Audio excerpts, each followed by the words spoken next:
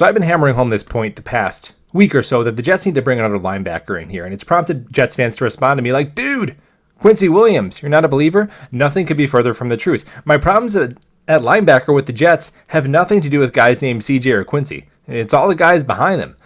Quincy Williams was a monster last year. First of all, the eye test, the speed, the physicality. Dude came through my TV. Whack! Love to see it at the linebacker position. And how did that translate onto the stat sheet? Let's check. Among all off-ball linebackers in the NFL, he held up really well. Solo tackles, he had 83 of those. That was good for 16th. Tackles for loss, he had 9. Good enough for 6th. Sacks, he was in the top 10 of all off-ball linebackers, tied for 9th with 2 sacks, and then forced fumbles. Only 2 other linebackers in the league jarred the ball loose more than Quincy Williams. Really impressive.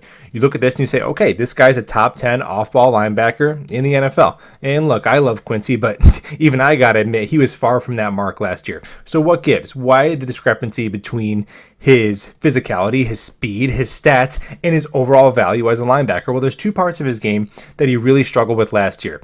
Number 1 was just being out of position. And sometimes his speed seemed to work against him. He would over-pursue plays in the screen game and the counter game, lose his gap integrity, lose his assignment, and be caught out of position. And the other part was pass coverage. All of our linebackers struggled in pass coverage last year. The reason why I'm optimistic that these things could be improved was, number 1, he's a really young player. I know he's 25. You should be rounding into your prime. But in terms of football years, he's pretty young. He only had 8 starts prior to this year.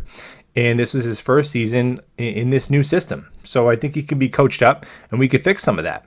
And the work ethic isn't a concern at all. And the other part of it is, we talked about this with CJ Mosley. Our linebackers had to play some hero ball last year.